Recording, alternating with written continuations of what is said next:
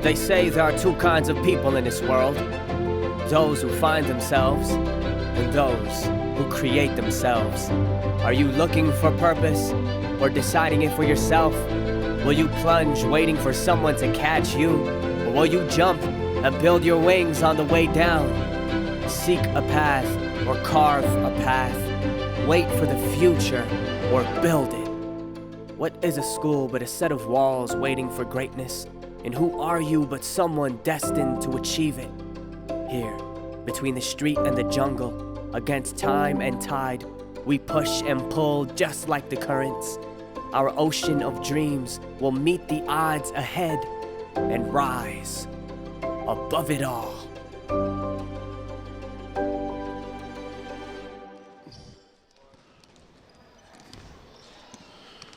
Good evening, ladies and gentlemen. Thanks for joining us once again for this Wednesday night edition of the Tritons Men's Basketball Game of the Week. I'm Fred Peters, and I'll be joined by Frank Cruz doing the color tonight. And our guest, our pregame guest tonight, is Coach Rod Hidalgo from the University of Guam men's soccer team. Coach, Great. Thanks for joining us. Thank you for having me here. Let's get right to it. How's the team doing? I know you guys are about three games into your season. Where's your record? And right now we're one tie and 2 losses. Okay. But the 2 losses were from bad luck. Oh, really? So, Yeah, so it's been pretty tight. Right. So first game was we didn't have all of our players ready, and the guys didn't. How are your numbers? Do you have a full squad, 20 men? No, deep, we don't. Right now we have about 15, 16 players. Okay, so I'm still a little bit under. Yeah, still looking for players. That's because we're open throughout the season. Now, has any of my understanding is that the Matau are playing. They had a game today. Yes. Are any of your players gone on that trip? One player is there. Okay, that's so why. you're down Okay. But he'll be spending time with them for this semester. Oh, so for next the semester. semester, Okay. hopefully we'll have him back next semester when he's done with the national team. Who is that? Dylan. Dylan? Yeah, Dylan. Dylan Napati? Napati, yes. Okay. Mm-hmm. No, I've watched those guys play. I follow them. So, as far as season, I know you said he'll be back on the team next semester. How long is your season? You're 3 games into a. What are the number of games? We go about 6 games, 7 games per semester. So maybe at the next semester, we'll have another about 6-7 games, 6 or 7 and then games. there's playoffs. Well, I'm sure it'll be helpful to get a national team player like Dylan Napati back. Right. Sure. So currently, take us through what's a typical week like for your players. Obviously, they got to be enrolled in school, Right. so that's going to take. Do you practice 3 times, 4 times a week? What would be a typical week for you guys? Well, typical week would be the guys need to make sure that they have full credits. Okay. 12 credits to play. There are some circumstances, like if they're a master's program or 9 credits was full for them, right? And if they're graduating seniors and they only have a few classes left, making sure that they have all those classes to finish school. To finish up, okay. So the main thing of the program is that you're going to finish school with a degree, and if you have a plan to do it a certain way, and we can work with it, then that would do. Now, do you hold most of your practices out here on this field by UOG, or do you guys practice other places as well? We practice at the field house. Okay. Outside the field house. Yeah, the outside field. We have 3 to 4 practices a week. Okay. And then we have games on Saturday night. Saturday night games. Yeah. All games are at GFA? Yes, at GFA. Okay. Oh, that's fantastic. Now, as far as the 15 players you got on the team now, did you personally recruit these guys specifically, or did they enroll and then you tried to put a team together? It's about majority of them I recruited, and then some of them would come in during our tryouts, and right now I have 2 exchange students from Japan. Yeah, who will be here only for this semester, and then yeah. And they've been key players with the team, and they're doing really well. Okay. Yeah. Oh, that's fantastic. So the majority of them come out of the high school leagues from here, from the UKDU and JFK and all the high schools. All of the. Okay. No, that's fantastic. As far as take us through what's a typical 2 to 3 hour practice, or how long do you guys go? I mean, I'm kind of looking, what's the time commitment that these student athletes have to put into this? It's about practice goes from about 90 minutes to 2 hours, Okay. and we do a lot of skill work. We do a lot of Sure. passing. Passing is the main thing that we do now at this level, and being able to know what the gameplay is like. Them being able to complete the strategy. Sure. Making sure that they keep possession of the ball, because with the ball, the other team can't score. That's true. That's true. Yeah, with 15 players, I know it'd be nice to, like the women's team has 23 players. Right. And now's an opportunity. What can you tell the UOG students to try to help, join the squad, and anything that you can say to them to try to encourage them to come and help the team? I'm assuming there's a lot of soccer players at UOG. Right. So. Well, if you're there watching and listening, and you're going to UOG full-time student, and you played soccer before, we prefer that you're maybe at the all-island selection. Yep. But if you're not, then come in and still work with us and see how you develop. Yeah. Because I have a lot of players that sometimes come in, practice with us for a while before they commit, and then they see their level going higher, and then they commit. Say, sir, I want to play, and we do offer scholarships. Oh, nice. Right, not full scholarships, but partial scholarships. But everything helps out. I mean, you got 15 players. You got one now for the semester going off to the Matau team, and then you got 2 of them are exchange students. Yeah. So now you're down to 12, and you've fielded an 11-man team.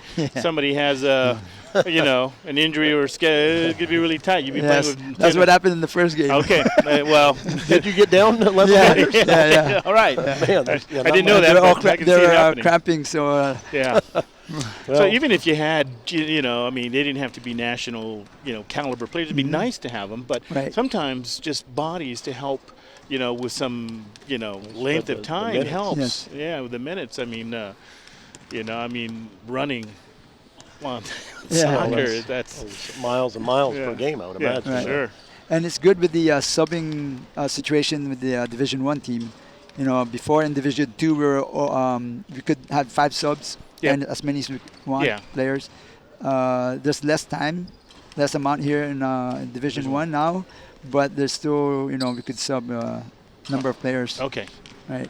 Oh, that's good. That's good. Yeah. Speaking of, I know you mentioned the conditioning. You had some guys cramping up and stuff. What do I know you're involved in the CrossFit industry. I mean, I'm a high school basketball coach and an Army Reserve member, and a lot of our guys on that front have been using CrossFit. I mean, the amount of CrossFit. Do any of your soccer players? I would think you would encourage that, but do they actively, do they get their CrossFit work in, or they get some training, but once the school starts, class starts first. Just not in and then there's only so guys many hours in a day. Right. No, and that's doing projects and papers. So they. No, it's just the conditioning part of the game, which in the Guam heat as well. Right.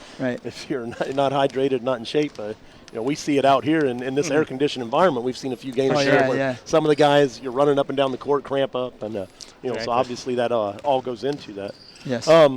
I know that boys soccer is in the high school ranks. It is going on right now. Right. High school boys soccer.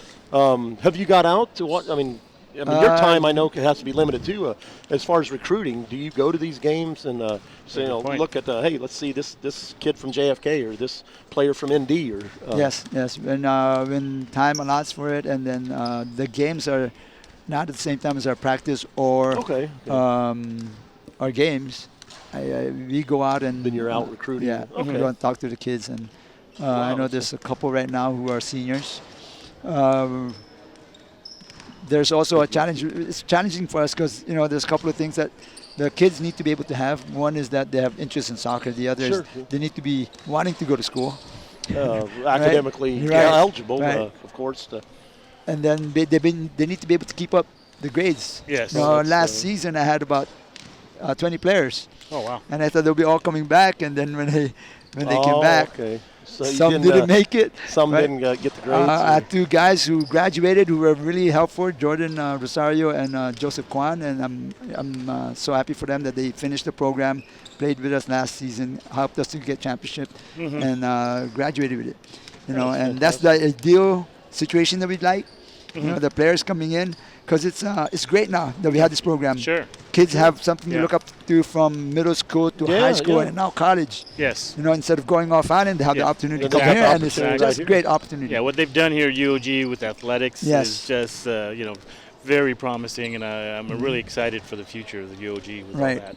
How many years have you been coaching UOG? This is the 3rd year now. This is your 3rd year. Yes. Okay, so now have you? Are some of your current players? Have they been with you the whole time? I mean, their 3rd season, or is that a typical? Let's say a freshman enrolls here and plays 4 years for you and graduates hopefully. And well, right now we haven't had. I don't think I've had any freshmen up to now who's a junior. Okay. But last year, the freshmen who were in are still here, so they have 2. Yes. Well, I would think that would help with. I mean, the soccer. What we talked about, the possession, the how they read each other. I would think the more they play together. I mean, if you had a class that stuck together 4 years, you might get your 2nd championship or 3rd, or I know you guys said you won last year. Yeah, for the Division 2. Division 2. Switching to Division 1 has kind of just Yes, it's put some stress on trying to get more players in there. They were comfortable with Division 2. Now they're going to Division 1. They're like, oh, maybe I'm not ready for that. Well, there's 2 ups and downs. Some guys don't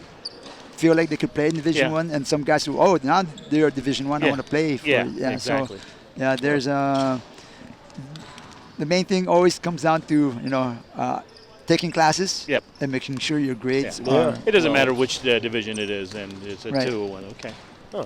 Yeah. Well, Coach, I certainly want to wish you the best of luck. I'm going to try to get up to GFA and check out some of the games, and I know it's all part of a program here that Mr. Palmer has tried to develop from the men's soccer team. We talked to one of the women's soccer players before. Right. They're developing their basketball program, their baseball program, and on and on, and always looking at soon to be beach volleyball here as well. That's maybe coming up as well. So we appreciate you stopping by, and so much. Best of luck on the rest of the year. Thank you. Thank you for having me. All right. Good luck. All right. Thanks to Coach Rod Hidalgo from the University of Guam men's soccer team. We'll be looking forward to checking them out as the season goes on. Now to get to tonight's game, we have Team Wu-Tang against University of Guam Tritons. This is the 2nd time they've played this year. The first game, if I recall, the first game of the year, Team Wu-Tang played against UOG, and a little interesting situation here that the Team Wu-Tang's leading scorer also happens to be University of Guam's head coach. I just talked to Coach Holmes a little bit before the game, and he was mentioning that some of the UOG guys said, "Hey, Coach, go play with your team. We want to play against you." And he said, "No, he is. I think Mr. Palmer hired him to coach the UOG team. He will play for them." That's where. And on top of that, he probably he obviously knows all the insights of Team Wu-Tang. There you go. How to attack them and the strategy. Just looking out here in warm-ups, I think I see six members of Team Wu-Tang. Yeah, so, tight. Going back to what Coach Hidalgo was talking about, the conditioning may play a part in tonight's game. UOG seems to have pretty much their full squad, or at least 10 or 11 players in uniform. But Team Wu-Tang, even they have 4 or 5 players, they're really good players as well. I've been watching the season there. They can shoot the ball. They know how to handle the rock. And I believe their leading scorer was Coach Dana Holmes. Correct. And Julian Stewart was their second leading scorer, and those guys can play with anybody. They got some good role players. Francis Sunga is with them. He wasn't with them earlier in the year. He's back with them. It's going to be a game tonight where I would look for it to, stay close. I'm thinking that conditioning is going to be a factor when you get down to the, 3rd quarter, 4th quarter, the deeper we go in the game. We're about 40 seconds away from tip-off here. The teams are getting in their final shots. We will get the starting lineups and the referees tonight. Who we got on the? We've got Matt Grant over there, Faith Thompson, and I can't see. Is that Brian? Brian. Okay. All right. Well, as soon as the teams get over there, we got we got Francis Sung over here. Yeah. We might have to get Francis on here as a guest sometime. Yeah, exactly. Well, we will. Let's get to tonight's starting lineups here. Good evening, ladies and gentlemen. We will announce the starting lineups for your home team, University of Guam Tritons. Starting at guard, number 4, Gerard Bowles. Starting at the other guard, number 8, Michael Kwan. Starting in a forward position, number 14, Victor Jones Jr. Starting at the power forward position, number 16 out of Simon Sanchez High School, Harold Garland. And rounding out the starting lineup, number 17 from Father Duenas High School, Brandon Soriano. And now for your guest, Team Wu-Tang. Starting tonight, number 8, Amir Kojuv. Number 9, Jazz Niratumarang. Number 11 from St. Paul High School, Francis Sunga. Number 15, Time Rodriguez. And your last starter, number 1, Lee Kamanaga. We will jump it up momentarily. Okay. All right, teams are on the floor. We got to go. A few of these guys for Team Wu-Tang were not on the roster when the year began. I think, yeah. They made some addition. Yeah. I see Jay Casimiro. Jared. Okay. Jared Bowles with the correction. Jared Bowles, number 4. Yeah, see, well, hang on. We have Casimiro on the floor. We didn't call his name. He's number 8. Let's see. Number is Jay. Okay, Jay Casimiro. So we got number 8. That was a change. So he's starting. Okay. Jazz is there. Amir. Oh, actually, he's wearing Amir's number. You know, some of these, I just noticed on the roster that number 5 was Dana Holmes. Now, I believe it says Noah Bloss. So some of the uniforms, they may switch around here. So we'll go with the. Well, I know for sure number 8 is Jay Casimiro. Okay. Oh, hang on. So. He has number 8 as well. Oh, is there 2 number 8s? Well, you know, one thing is they don't have numbers on the front of their shirt, so he has to turn around. Well, let's see what obviously, Mr. I think Faith's going to make jump it up again here. No, he stole the tip. That's illegal. Oh, okay. Hey, then. So they a little. Yeah. Okay. So he does have number 8. That is correct. Well, yeah, they're number 8 is Amir, and then number Jazz. 8 Jay Kaz. I think 0. It's 0. Jay Casimiro must be 0. Yeah, that's what it is. There's a line through it. It looks like an 8. So. We'll get these. We'll get it all sorted. Lineups figured out here, and early turnover. UOG applying some pressure. We got there's Brandon Soriano going to the hoop. Okay, they're pushing it back up the floor. I was kind of wondering if Team Wu-Tang was going to try to slow this pace down a little, or if they're going to try to run. Nice 3-point shot there. Is that a Amir? Yep. Koziev? Yeah, that's Amir. No, Frank, do you know where he's out of? I don't recall seeing him play. This is the first time this league. I haven't seen him play high school ball. Some of these younger guys, as some people know, I do coach high school ball. Certainly Brandon come out of Father Duenas, Harold out of Simon Sanchez, a number of other guys on the UOG team, Aaron Castro out of Sanchez. Yep. But with some of the players here, it's the first time I've seen him play. Yeah, Coach Holmes, he's just met people on the street and trying to put together. Put together a Harold team. Garland with his first drive to the hoop tonight gets on the board.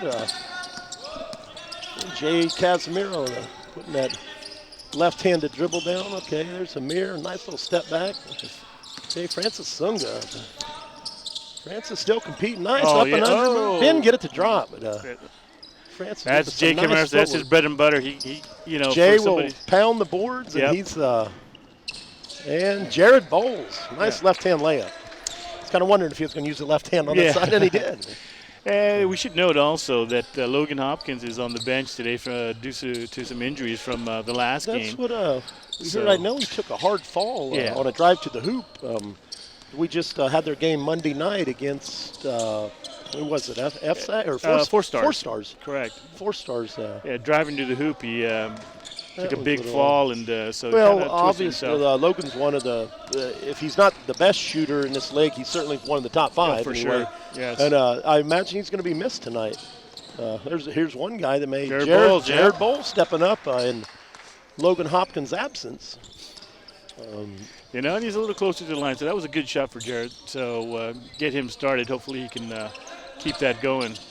Well, a few times we saw on Monday night, they seem to get some good contribution from. That looks a little short. Yeah, we can see that. Oh, there's Jay Casimiro. Jay just cleaning up the boards. Yep. There's something to be said. I've tell kids this all the time. And if you're not not getting the ball, go to the boards, man. Yep. Get a rebound. Jared looking again. You know, one of the things I was talking to Coach Holmes earlier, and he said one of their points of emphasis tonight was going to be they would really like to get some more ball movement, swing it from side to side. And in the past, there's a nice drive by. Did he get it down? Michael Kwan gets Michael Kwan on the board, and that's one of the things. But Coach Holmes was talking about getting those possessions where maybe they switch the ball from the left side of the floor to the right side, maybe hit the high post. And, and we've been saying that in the games that we've been watching with the UOG. They'd come down, sometimes just come out and shoot. They've looked pretty good at that. And then there's Jay on the board. No, that's not Jay. That's number 15 is Time Rodriguez. Yeah. Okay, a little 2-on-1 action here. I thought Jared was going nice give and go. Yeah, nice give and Victor go. Jones Jr. with the start tonight. This Michael Kwan has scored, Jared Bowles has scored, Victor Jones Jr. and Harold Garland. They're getting, it seems like a lot more balance tonight than a few of the games we've had. Michael's certainly had 40-point nights, and Logan, but a lot of their other players may only have 2, 3. And Victor didn't get the jumper to go. But that was the right pass, you know. They did. I mean, I would kick it out. Yep, that was a think good Coach shot. Holmes is very pleased with the pass. Nice kick out by Francis Sunga, and didn't get that 3 down. Ball's working Jay hard Casimiro. on the boat. Nice pass. He's got like 3 rebounds. Jay's got 3 rebounds in 4 minutes of play. He And keeps this up. Jay might be in for a 20-point or 20 rebound night with a nice little rebound and assist as well. I think those are the possessions right there. Victor, Victor. They didn't pass the ball as much as Coach Holmes has wanted to, and it resulted in a turnover. Exactly. It's a process. Coach Holmes was talking about getting the young guys used to his system. This is his first year of coaching UOG, so he's getting used to them. They're getting used to him. And I know everybody would. It'd be very hard to be without your top scorer in Logan Hopkins, but it could also be a blessing in disguise. Jay from downtown. And what they got? Okay, I think they called it off of Michael Kwan.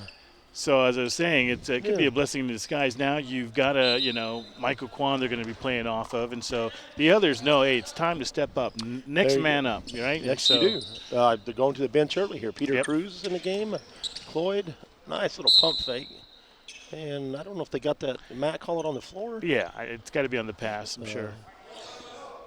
Nice little pump fake to get those guys up in the air.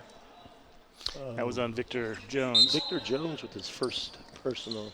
Let's see what they got here. Okay. Just going to set their offense. Okay, got a full shot clock. Nice drive. See if they got the help. Kick out. Well, that's, sometimes you think that, that was high off the glass from Amir. 6 seconds. Yeah, the shot clock did not reset on that. It didn't touch the rim, I don't think it touched the rim there either. Well, it's still their ball with 1 second to go on the shot clock. Yeah, that's true. It is. They've got 1 second. Let's see if they recognize that there's 1 second on the clock. If Team Wu-Tang's not aware, they may be in a bit of a tough spot here. They're not saying anything to them, so that's the case where when you don't have a coach on the bench, there's so many things that the coach is looking out for. Let's see if they get it. Oh, Jay knew it. Oh, that shot. And got it. He knew it. Well, Jay, that's the veteran. We always talk about basketball IQ. Jay Casimiro's been playing in these leagues many years for Justice in the business leagues. Just constant. Very smart player. Very smart. Fundamentally sound.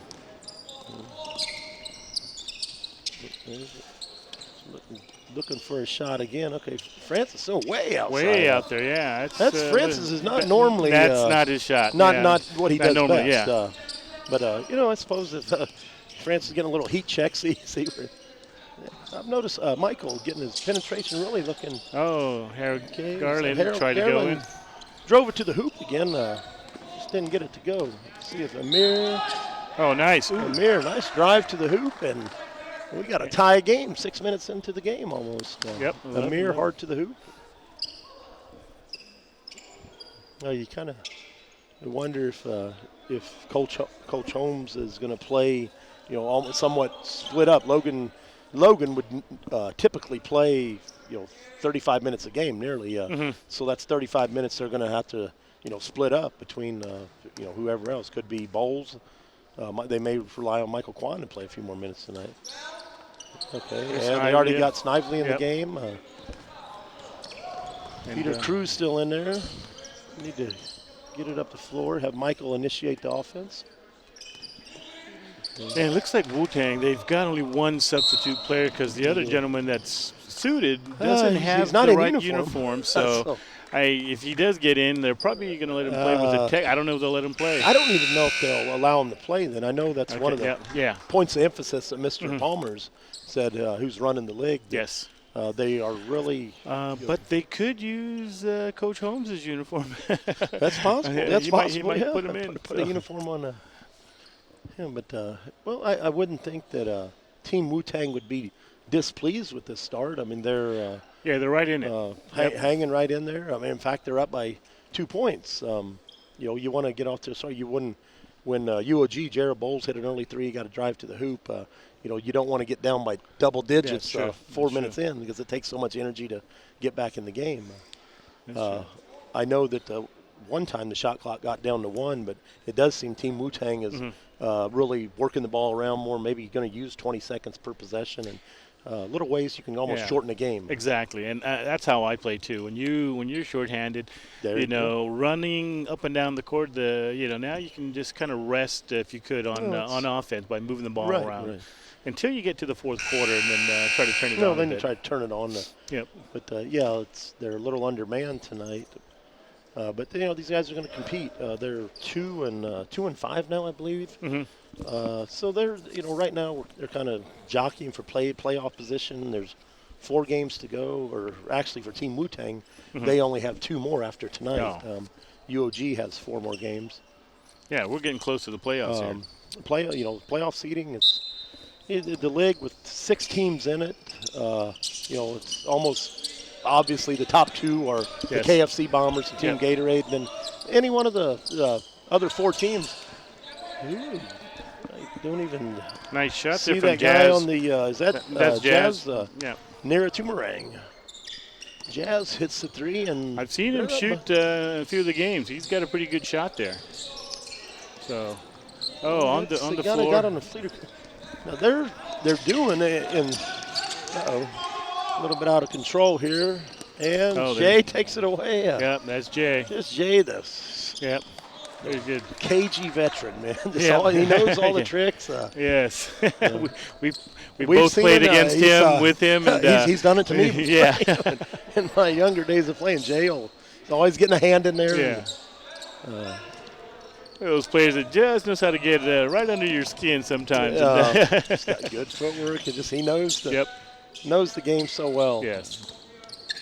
Him and Francis, they're really starting to open it up, 20-11. This may be a game where they miss Logan so much, the offense just doesn't.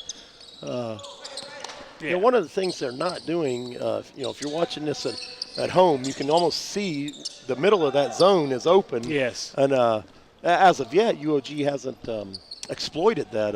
Last game they did a little bit of that to 4 stars who played him in zone, and Harold Garland got a ball up top a few times, Dean Blake a few times, but anytime you got a zone defense you're running against, flying in for the rebound. Time Rodriguez with the board, kicks it back to Amir, and another 3. Well, they've opened up a 12-point lead, and this is. Also should note that Michael Kwan's taking the bench, so this whole run was while he's on the bench. And Logan, there's just another case where it's about basketball IQ. Don't dribble the ball through a zone, pass the ball through a zone. That's true. And they're just, and I think who's going back to the line? Is that Jazz? Yes, Jazz. Jazz Nira Tumerang back to the free throw line. Yeah, what a start for Team Wu-Tang, 23-11. Earlier in the year, I watched the game. It wasn't on TV, but I come over to watch. They beat the FSAG All-Stars for one of their wins. I was here for that game as well. And they do have 2 wins on the year, so. Yeah, and there's some of the new players. Jay, I don't believe, was playing in that game. Right. So coming in here tonight. The night that they beat Four-star. FSAG, Coach Dana Holmes had 25 to 30 points that night. The other player they're missing, another big offensive player. Julian Stewart. Yeah, Julian Stewart. I don't see Julian Stewart here tonight. Yeah, certainly. Well, I see number 1's coming in. They must have found a uniform for Oh, him, they did. So that's going to give them 7 players tonight. Yep. It's according to the roster, number 1 is Lee Tumerang? Kamanaga, I think. No, Tamanaga. Or that's what I think it's. We can get clarification during the break. Okay. That time, Justin Dimla steps in, exploited the free. Like you said, right in the middle. It was open up. Yep. It's open. It's just. Oh, and he's going in another one. Why not? There's Dean Blake crashing the boards. And brought it down. Yep. Okay. Now we'll see if they do that again. But anytime you're seeing a 2-3 zone, the bottom guy in the zone drops back. The free throw line is absolutely going to be open. I never. Cloyd looking there, back to the middle, and one. Okay, he had an one opportunity, but I've foul from Amir here. That may be something else that with only 7 players, you really gotta watch your fouls and maybe not get in there. That's true. Looks like the refs are letting them play a little tonight, so they should be able to get through the first half without too much trouble if they keep them playing that way. Didn't cash in. Dean Blake at the free throw line didn't cash that one in. Got Michael Kwan back in. Michael back in to probably finish this quarter out. When I was talking to Coach Holmes, he did say that was one of their points of emphasis this week in practice was how to finish out quarters. Great. And explaining a little bit. Anytime you got a shot clock, like there's certain possessions. Got to recognize those things. 2 for 1, yes. Maybe get last shot, but they have been working on that. And let's see, Time Rodriguez, that's a little bit off. You could see that from sitting right behind him. Well, here, okay, so one of the points of emphasis, here they are trying to, Michael, good look. Still had 15 seconds on the shot clock. There's a, let's see how you, at the upper levels of the game, absolutely into quarters are critical, especially in tight games. When maybe you can get that extra possession, 2 for 1. Come Jay up there. That's nice. his side, That's left his hand. runner. Yep. Jay almost strictly goes to the left, and Yep. very few people stop it. It's almost like he knows how to protect his shot on that. He uses his body very well, knows how to arch it. Nice pass right there, the back. Cloyd Rosas out of John F. Kennedy High School with the open look. Didn't get it to go. And we got 7 seconds. Let's see if. There's 3.9. Let's see if UOG may be able to. Jay runs the ball. Yeah, I tell you that. He wasn't the one to make the pass, but he blamed himself for not being there for the. Right. Nice. Just a little pull up, didn't get it to go. Michael Kwan a little bit off here tonight. Michael coming in, averaging probably 25 points a game. Team Wu-Tang really come out. What I noticed tonight is the UOG offense is somewhat stagnant, or just missing shots. You're not going to make shots every night, but you can pass and look for a better shot. It is impossible to replace a player like Logan Hopkins. It is. So somebody does have to step up, and you got to recognize that, and take the shots that you're strong at, where your was, strengths are at. So looking at earlier in the year, does it appear to you that UOG's kind of went back? They're still playing man-to-man, Yes. but I know that several times they would bring some pressure up the Yes. court in the last court, game, yep. and I haven't seen that yet. Maybe they're going to jump to that later, but I think that could be effective on a team that's for sure, shorthanded. Shorthanded is For to really Pressure there's the ways ball, that you full can court. influence the pace of the game. One of them being put a lot of pressure up there, one of the strongest parts of Michael Kwan's game is getting him in the open court, having him For sure. run. So And, let's see if one they of the bring things some. I'm looking at, Coach Holmes is new to the island, and just the experience with this league, seeing some of these players for the first time.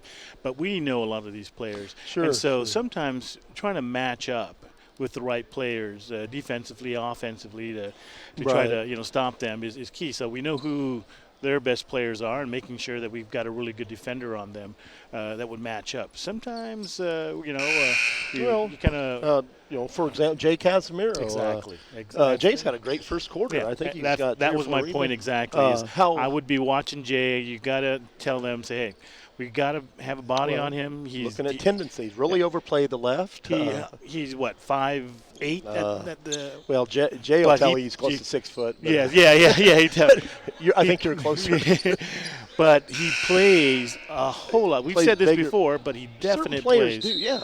And he's one of them. And he has a very strong left hand. He's a smart player, and so you need a good defender that understands that Exactly. to play against him. Ball Otherwise, IQ, looking at tendencies. he's not going to be the player to take the shot off the dribble or anything, Man. but he'll clean up everything that Dean gets Blake. thrown up. No, exactly right. What a player. The type of guy I love sitting over here watching him play. My younger days playing against the Yeah. type of guy Yeah. you go like, oh man, Jay, he's gonna kill it. Him and his Justice team won Yeah. championship after championship. Yep, I run the Guam Hotel Restaurant That's League. right. Yeah, They and won that league they several were times. Jay's one of their always- mainstays. Yeah, exactly.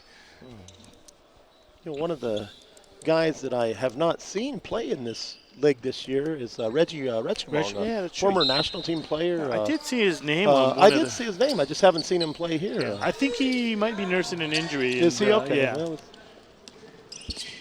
But Bowles, and they got they call a mirror with Yeah, another that's foul. his second That's one. second Yep. foul. I think smart move there by Jared Bowles with the. well, now they've They got Justin Dimlaw, Dean Blake, and Brandon Soriano. Nice little double screen low there. Good. That's on an inbounds play. That's the guy you always got to A watch. nice pass. Nice pass. Right Got it to- down. Michael Yeah. looking to pass more. Yeah, on an inbounds play, get it. Okay, it looks like they're starting to. Well, they're still falling back to half court. At certain times this year, UOG's went full court pressure on Yeah. some of these situations. That, I would be putting pressure right now because you've got the big guy trying to bring the ball up. Oh, nice block by Justin. Sunga going to the hoop. This might be in a little bit of trouble. There's an open look for Michael Kwan. See if he can get one down. Oh, Got yes, it down. good. Okay. It's a good sign for Michael Kwan and UOG. Oh, They've got it down to 7 points now. Cross-court, yeah, went from 12 back to 7. So see if they time Rodriguez on top. Francis Sunga there. Time, no. Ball's getting up for another rebound. And here comes the push. They're really trying to control the pace of the game. Nice move by Brandon Soriano. Oh, nice And finish. one.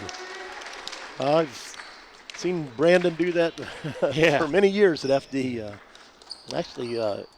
Brandon played on this floor in March earlier this year in the championship game. Oh, that's right. St. Paul ended up winning, but Brandon had a very good game that night. We'll see, get him back to the line, down to a 5, possibly cut it to a 4 here, and I would really look for UOG probably putting some pressure if this free throw goes in. That's one thing. No, A little short. Little short. Okay, so you got Francis bringing up the ball, and that's that's, not as, that's not Francis's You want him to normal post position. up, He's yep. more of a forward. Yep. This time Rodriguez didn't get it to go. Here comes Dean Blake. Let's see if they can get. Oh, nice pass by Dean. And Oh, back just to- couldn't finish it. Just didn't get the finish. Good pass by Dean Blake, though. Yep. Oh, nice. A nice little Up Euro here. step. Bowles was trying to take the charge there. as we've seen Jared take many charges this year. He set up that block a little too early. He did. So I think if you didn't see him just once standing Amir saw that, I think he said, "Okay, this Euro step right here, and I got an easy bucket." Yeah, you got to try to sell that if you're going to try to do a charge. Good kick out. Looks good. Amir with another 3. Oh, he's feeling it. He's feeling it. Yeah. This little 5-point run there now. Yeah, it goes from 12 to 5 to 10. Yeah, so real quick. Back and forth. And in and out for Justin Demler. They got Jazz near a Toomerang back. Yeah, didn't get it to go. Still didn't get it to go. Jay hammering on the boards. There it is. And Michael, I didn't get it to go down, but guys are hammering away on the boards, which you like to see that. They got balls open in the corner. Nice little pass. And Brandon gets it to go down. Back to an 8-point game. Bringing a little bit of pressure up here now. There it is. Yep. Well, you think between Brandon Soriano, Jared Bowles, and Michael Kwan that they could keep some pressure on their point guards. Yeah, and I've also noticed there goes Jay, nice left hand. Yep. Left hand. See, I don't think they realize that. Yeah. Jay's probably not going to go right. You got to jump on that left hand. And let's see if it happens again. This last time down, the Wu-Tang team players, here's a basket. Nice. They had 4 of them still in the back court. I noticed that, yeah. So I think they're kind of starting to walk down a little bit. We just had a sub call. And there's a turnover. There's the pressure. There's the pressure. And there's 2 more. And let's see what we've got here now. Oh, they can't call now, okay, can they? No, they can't call that. The coach called timeout. Now, when can you call a timeout during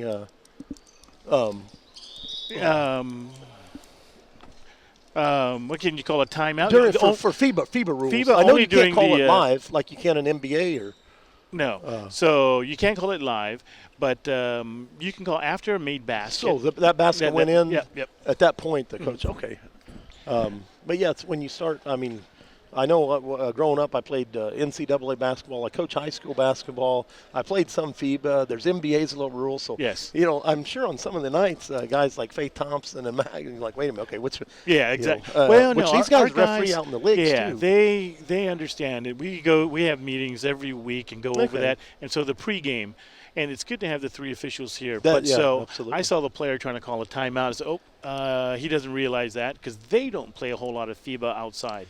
You're exactly right. But when I looked over to the table, one of the other players was calling the timeout to the table, and that's when they blew the horn because our table officials are also from GBC, and they know not to call the timeout on the floor. And So, this is a veteran crew, especially the table over here. These guys have been, I think, doing all the games as well. I know Faith Thompson refereed in the Pacific Games this past July when E.J. Calvo and Team Guam won the gold down there. So we sent Faith Thompson, we sent Dominic Gaddad. And, that's right. That was great. A little more pressure. Okay. I think he called a double on that. Yep. He did. A lot of our officials are all getting some international experience, and even Roy DeRigi, we sent him to New Caledonia to get some referee supervisor training. So he got trained by the Australian referee supervisors and getting certified to teach officials.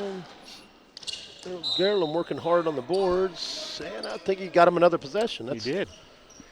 Typical Harold. He didn't get the rebound, but he got the possession for the team just by going after the ball like that. We've run that play several times. It's a double screen down low. Back to Snively. Did he get it down? He got the roll. Round and round, and it drops. So yeah, we're back court to our rims there. Nice. Well, it is UOG's home court. Yeah. They've got to move the ball here now. Now Jay, although he can run, he can shoot. As I was going to say, if you give him, if you leave him open, he'll take that shot. Probably a better driver, slasher. Yes. But every now and then. Nice back play. In, okay. Back up. They're looking. Seemed like I looked up. It was a 12-point game. Back to 2. Back to 2. It was 12, 5, 10, and now 2. So. Well, when Team Wu-Tang has their full. They call it on the floor. A little body contact. Case there where, Jay was initiating the contact. He's probably, Harold's probably wondering, what do I got to do? Yeah. And, but you know, there's that fine line between the block and the charge. There. yes. There's Amir with another three. Yeah. His third three of the game. Amir, I think I'm pronouncing Koshiev. It's when the games I've watched Team Wu-Tang play this year. Did they call a carry on that? Okay, Michael Kwan with the carry. Their primary ball handlers was Dana Holmes and Julian Stewart, and neither one of them. Well, hang on. As you just say that, here comes Julian Stewart. I think Julian just come in, man. Maybe, it's going to be exciting now. My, threw that in. I think he realized, hey, Noah Bloss. I mean, a little runner flipped it up. You know, they've got a 7-point lead, and Julian Stewart just, he's fresh. One of the better players. And, man, Michael's just a little off tonight. Oh, my. Good hustle by Jarrett Bowles. Yeah, 50-50 play there, but a little contact. Kind of got tangled up a little bit. Yeah. I think he would have got the steal. Yeah, that was all incidental contact. Looks like we got Victor Jones Jr. checking back into the game. For Jarrett Bowles. Most likely for Jarrett after he took a little fall there. And it appears number 1, Lee Kamanaga, back in. Who's going out? Jay? Looks like Jay Casimiro going to get a well-deserved break. Oh, yes. Now with 8 players, you know, with the lineup, that's a little bit different where you can get guys a little rest. Francis pumping it up from, don't bring it down. Yeah, Victor never Jones bring it down. Brought the ball straight down. That's what we tell all of our players. Keep it up. Yeah, keep the ball. Bring it down. Everybody else of the game. Grab that ball. But, you know, all part of the learning process. These guys, Brandon Soriano, open look. That looked good. Snively on the boards. Well, I often thought Brandon, his game, tremendous 15 to 17 feet when you start. Of course, we're playing with the FIBA three-point line, which is even Michael hanging in the air. Snively on the board. Good back. With the FIBA three-point line being at, is it 21 feet 6 inches? Yeah. As opposed to the high school lines, 19 feet 9 inches. And in and out. Well, they do control it to save the possession. Number 5, Noah Bloss with the rebound. Francis' little runner. Oh, okay. I think he's going to go to the free throw line. Yep, got him on the arm. Yep.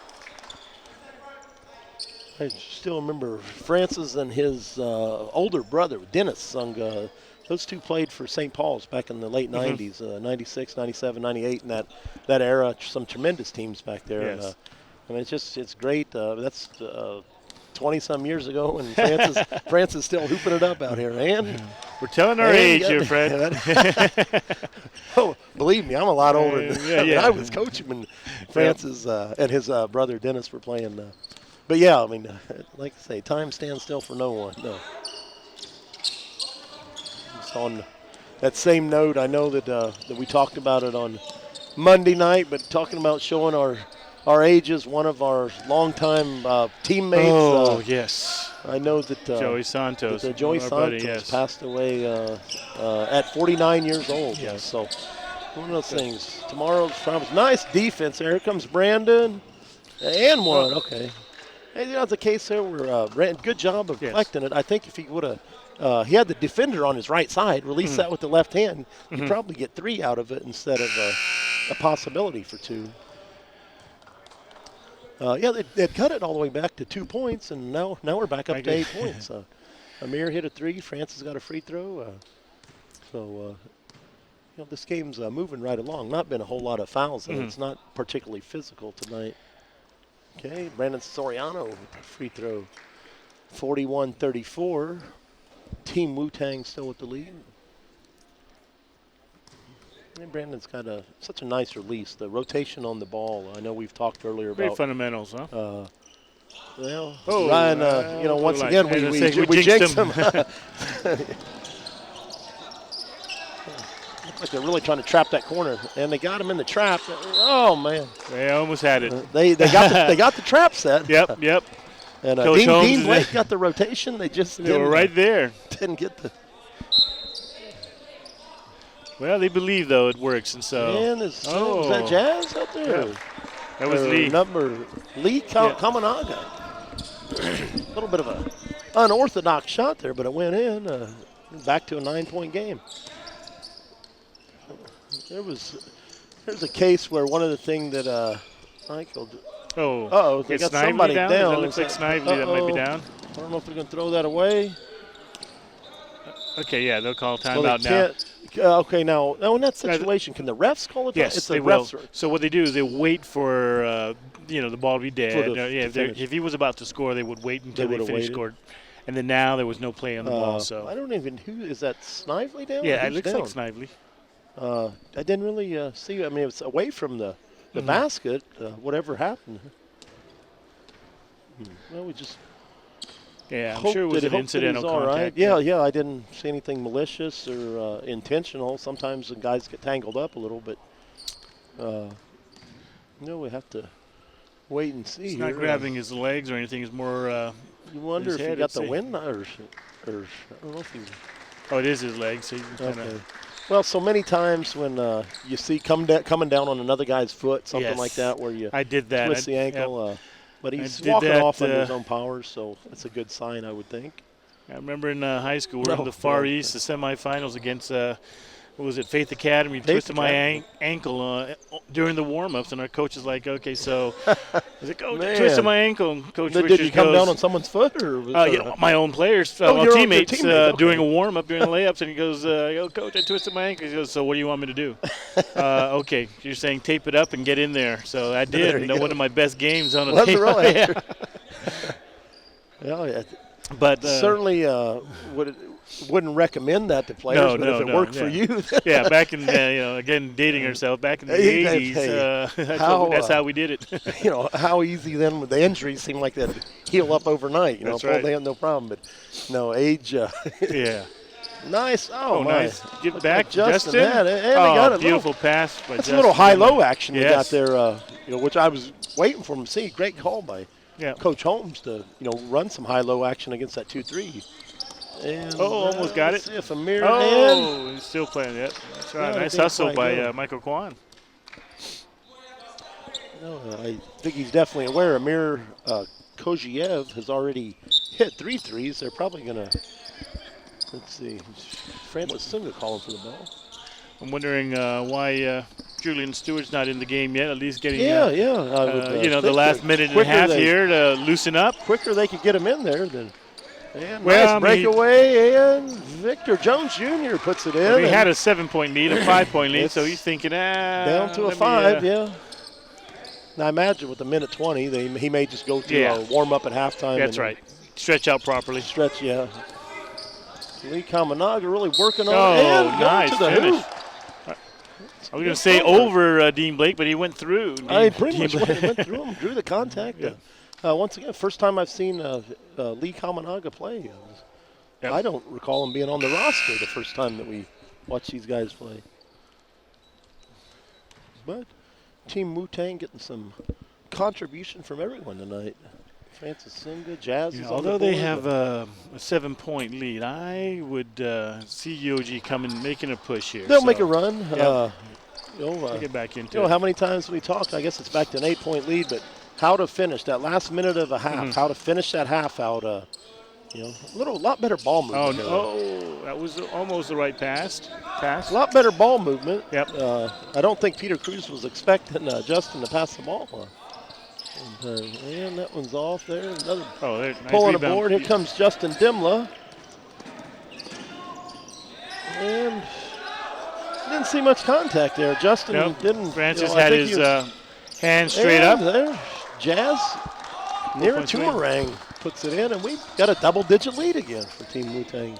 Yeah, you were just saying how to finish a game. That half. And Victor Jones, good, okay. That's really a big possession. UOG can get a stop. Here's where basketball IQ. They can almost run the shot clock. There's leave 2 seconds on the clock. Milliseconds difference in shot clock and game clock. Run it down. Take your last shot, and Team Wu-Tang will probably be pretty happy with an 8-point lead here. And that's pretty much what they're doing here. Francis, nice move. Spin. Maybe a little bit too soon. Is he going to get it off? Not quite. Oh, and he made it, He made it, but no. Obviously late. What did they? I'm not sure what they're talking about. Okay. Well, they were talking to referee Faith Thompson on that. Yeah, I'm not sure. I'm not quite sure what they were doing. Hey, how you doing there, Bill? Hey, just a minute. Good. All right. Well, we're going in the halftime here with 48 to 40. Yeah. Oh, I think they're running the ad right now. Oh, are they? Right at halftime. Bennett? They say there are two kinds of people in this world. Those who find themselves and those who create themselves. Are you looking for purpose or deciding it for yourself? Will you plunge waiting for someone to catch you? Or will you jump and build your wings on the way down? Seek a path or carve a path. Wait for the future or build it. What is a school but a set of walls waiting for greatness? And who are you but someone destined to achieve it? Here, between the street and the jungle, against time and tide, we push and pull just like the currents. Our ocean of dreams will meet the odds ahead and rise above it all.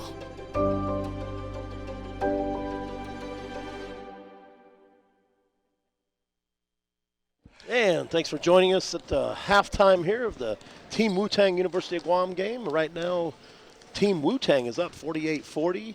Our halftime guest tonight is Coach Bill Bennett, who will be bringing back University of Guam baseball. Yay! Coach Bennett, it's a pleasure to see you. I know you've been here. I've watched some of your games. I talk to your son as well as sometimes. Tell us what's going on. How far along are we? Or have you guys started training? What's the anticipated opening dates? Okay. Well, it's 2 years in the process of getting it to this point. Okay. So the university's decided to go ahead with baseball and add it to their varsity program. Great. And so Doug and I have been working on a strategy to get high school players and local students to come out and play baseball. Sure. So what we're going to do is we're going to have an announcement coming out for tryouts, which will be December 14th and 15th, which is a Saturday and Sunday at 9 in the morning. So for those students that are eligible, they can come out and try out for the team. Where will the tryouts be? At George Washington High School baseball field. Okay. So we'll use that for the tryouts. And then practice will continue after that point till we get down to a pool, a pool of 20, 30 players where we can start working on gameplay and team play and, work on pitching. Baseball's a game where it's 70% pitching. So that'll be the big challenge is getting our pitchers to throw strikes. Yes. Yeah, absolutely. 30 players, though. 20 to 30 players? Is that usually how big the... Well, what we'll do is we'll go with a pool. Yep. And, eventually we have to get down to, I believe, 20. Okay. And, and then we can continue to develop. So we only have about 2.5 months, and our idea is maybe try to get the team to participate in the spring league for GML, the Guam Major League. Oh, nice. When they start, and then maybe in the fall or later in the spring, maybe the amateur league at Leo Palace. So as much baseball as we can give the kids is important. So the first year, is going to be challenging and getting the kids out and see what we have as far as players and what ability and. And, if we can get outs, we got to get outs. Absolutely. So, well, that's fantastic. I know that the high school baseball league is going on right now. Have you been out to, the games? You're actively recruiting right now? Yeah, well, I've been recruiting with some of the seniors because our Guam Amateur Umpire Association is doing the officiating. Okay. This is the 5th year in a row we've done the high school league. So, in fact, I umpired a game today between JFK and Notre Dame. Great game. I've heard Notre Dame has a very good baseball team this year. Yeah, they have a good team out there. They get a lot of kids from the south, so yeah, sure. They have a strong team. They lost their first game today to JFK.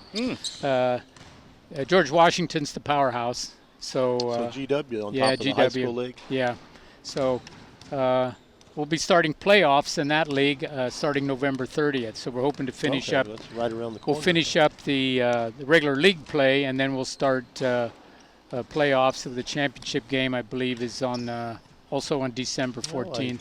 I think it's a suppose if Saturday. it worked out perfect, some of these players that you're watching right now as a umpire could possibly be playing for you later in or in 2020 after Yeah. they graduate from high school. Yeah. Well, that was part of our 3-year strategy that we presented to the board here at the university.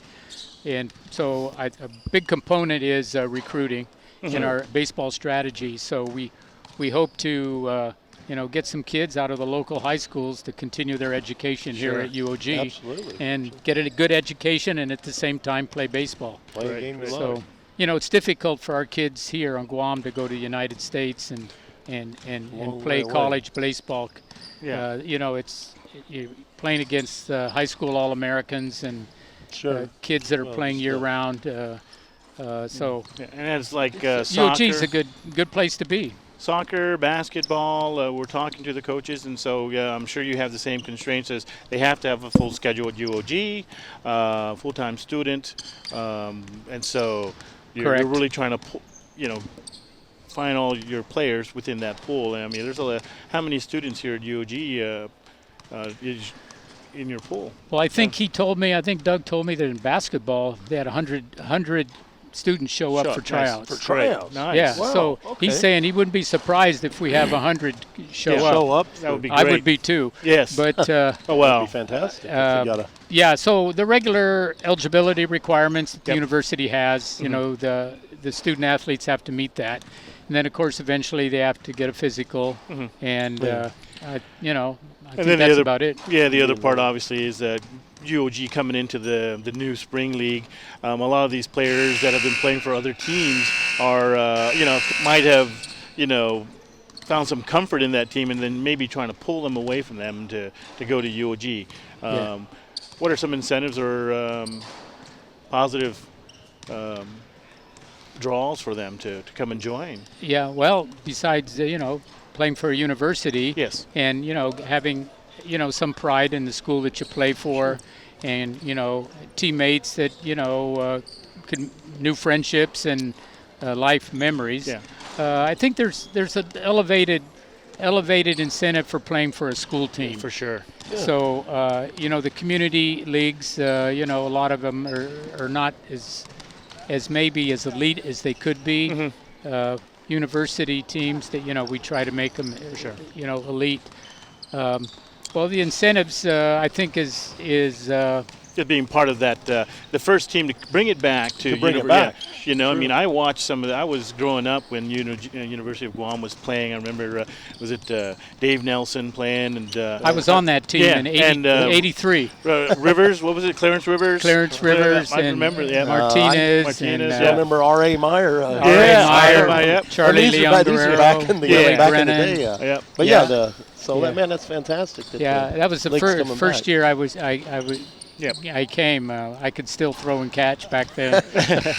So, yeah, it's going to be great. It'll be fun. I want to work with the kids and see what we can do in 2.5 months. Well, there you go. I mean, a 2-year plan or two years in the making, and you're almost at the starting point, or I guess 3 weeks. December 14th and 15th starts with tryouts, and then from there you get the practice schedule, I'm sure, and move on from there. Right. That's all right. Well, Coach wish Bennett, you well. it is fantastic talking to you.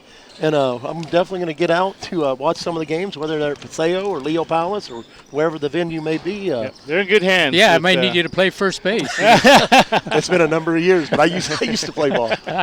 St. Louis Cardinals is my team. Okay, guys. Thanks a lot. All right. Thanks a lot, you so Coach. much, Coach. Well, this is fantastic. The opportunities that Mr. Palmer and Dr. Kreis, what Coach Bennett was talking about, the opportunities available here. We talked to the men's soccer coach earlier. Now we talked to the baseball coach. It wouldn't surprise me in the future if there was a girls softball team comes up here. I mean, I know that's a big sport out in the high school league. So. Okay. All right. So, Wu-Tang's winning, huh? Yeah. All right, we're about ready to tip off this second half. Team Wu-Tang with the 8-point lead. it appeared at halftime that Julian Stewart, one of the leading scorers, was warming up out there. So Okay. I would anticipate Julian getting in here and making a difference.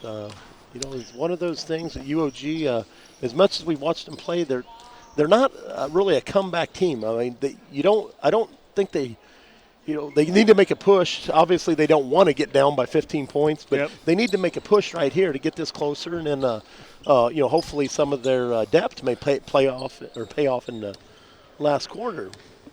It appears to be Is he? Yeah, he's in the game. Julian Stewart, number Fresh 12. legs. Fresh legs, yeah. I know I've talked to Julian before. He's a contractor in his civilian job. He's probably spent the whole day up at Anderson. I know we've talked before. A lot of these guys have daytime jobs. That, Go put in 8 or 10 hours at your job and then try to go play basketball. So. And, some of them have kids. So, there you go. Family stuff. They better get out there quick. Here comes Jay. Oh. Jay got it. Call a jump ball. Well, that's going to be either way, it's going to be UOG ball. That's right. I think they were calling for Dean Blake with some nice defense there. They got caught off guard because they weren't back. They didn't get out quick enough. Let's see. Well, there's that side action. I know Coach owns a good pass to the middle. Michael's going to be open on wide this. open. See if we can get it. Just a good look. Oh, there's Julian Stewart on the board. Stewart right on the boards right away. We talking. I get the feel. I keep thinking Michael's going to get untracked, and we've saw him score 40 points a game here. Here they come again. Here, just a little he overpass. ran it down. Yeah, he ran it down. Nice move and one. See if that can get him untracked. Well, I mean, how many times, as long as we've been watching these games at whatever level, see a player get to the free throw line and then, continue. It almost like opens the basket up. Just taking a look at the first half stats here. I'm going to always put the emphasis on rebounding. I believe the reboundings was 22 to 22. Okay. Mine is... They're probably not the clearest copy here, but... and Jay didn't get the roll that time. A nice left-handed drive to the hoop. Looks like leading the way for Team Wu-Tang was Jazz Niera Tumarang the first half. And Michael Kwan with only 7 points. They're getting close to that violation. As FIBA rules, there's only 8 seconds in the back court. And, they took 7 there. Let's see, Jay inside again. Nice. See here, looking at this, you say who was leading for UOG in the points? I know for Michael Kwan had 7. He seems to have led. They got several guys had 5. Dean Blake with 5 points the first half. Snively, Justin Isaac with 4. with 6. Snively. So they spread the scoring around the first half. It looks Amir like again with another open look, and that one goes down. 20 points in the first Back half, Amir. He shot the ball very effective. First half, he was 4 for 7. That was his fifth 3-pointer right there. So that's a good percentage. And Michael. That's Brandon. Brandon Soriano answered right back. And let's see. And it's Time Rodriguez didn't get it down. Okay. See Jared Bowles pushing it up.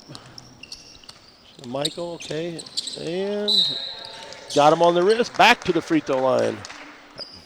Nice little drive there. Drew some contact from Jay Casimiro. Looking at the stats, I don't really see. No one was necessarily in foul trouble for either half. So a couple guys had 2. Michael Kwan did have 2 fouls the first half. Jay Casimiro just picked up his second. Or no, excuse me, Jay. That was Jay's first. It's this situation here where Michael got a 3-point play. Now he's back at the free throw line. It almost seems like down to 5 points. That he's going to get into a rhythm here, and the Michael Kwan that we've seen that can score in bunches. So. Yes. Yeah, sometimes it just, getting a foul, getting to the free throw line will get you all started. Strip there. They got, Harold, Brandon Soriano on Julian Stewart to the hoop. Kicks Nice it kick out. Amir again. I think he was out of bounds. Yeah, stepped out of bounds. Yeah, you only have about 18 inches on that sideline between the three-point line and out of bounds. So if you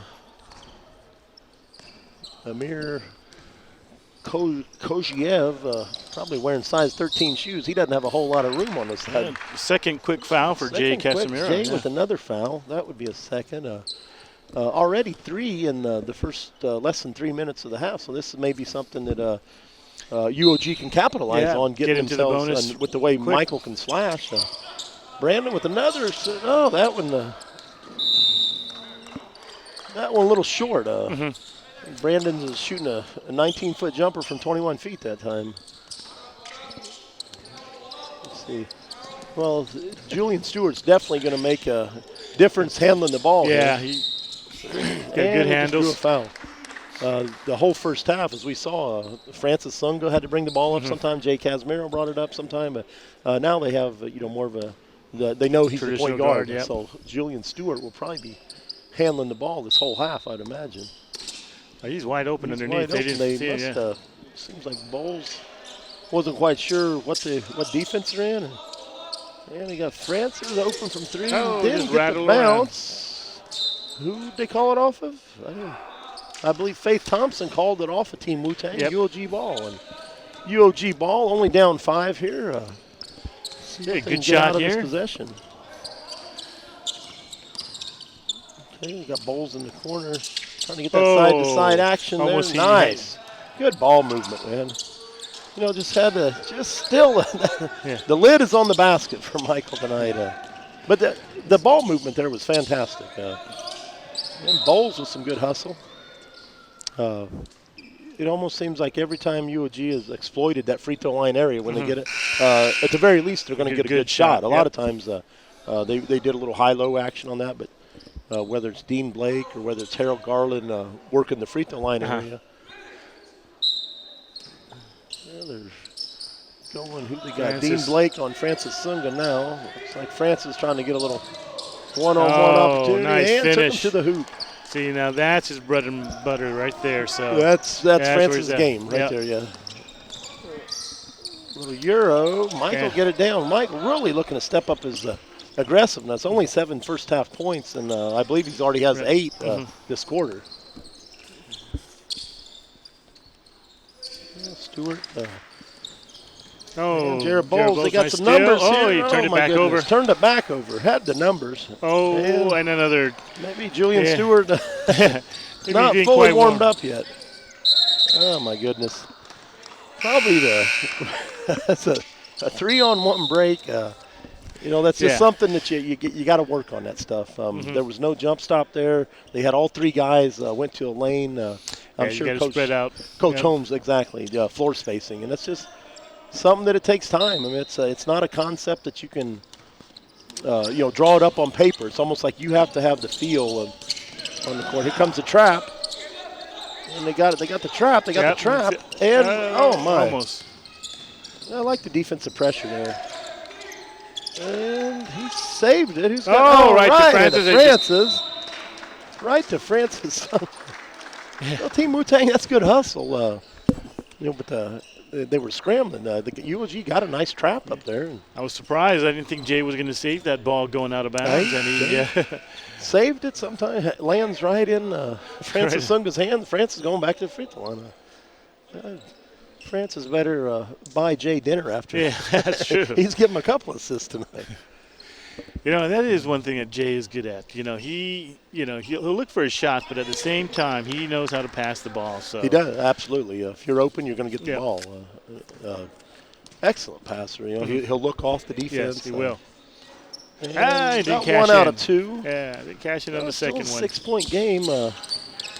Michael. Oh, right to the rim, to the rim. And one. He's really turned up his aggressiveness now.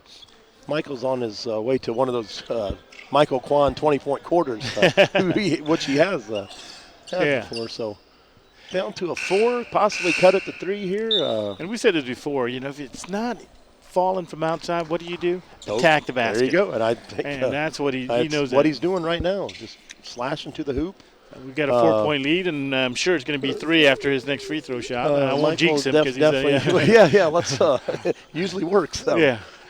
But and they're in that was their fourth team. They're going to shoot this one. They'll All the shoot way. every foul for the rest of this half. quarter, and with the way Michael's driving to the hoop, I would look to UOG to get to the free throw line a lot more this quarter. Yep. What were they on the first half? I was looking at their free throw. Oh, Team Wu-Tang didn't shoot any free throws the first half, or no, they were 2 for 2. Wasn't a lot of free throws shot the first half. UOG was only 2 for 5 the first half, so not necessarily a physical game tonight. But Michael Kwan has certainly turned it up here in the third quarter.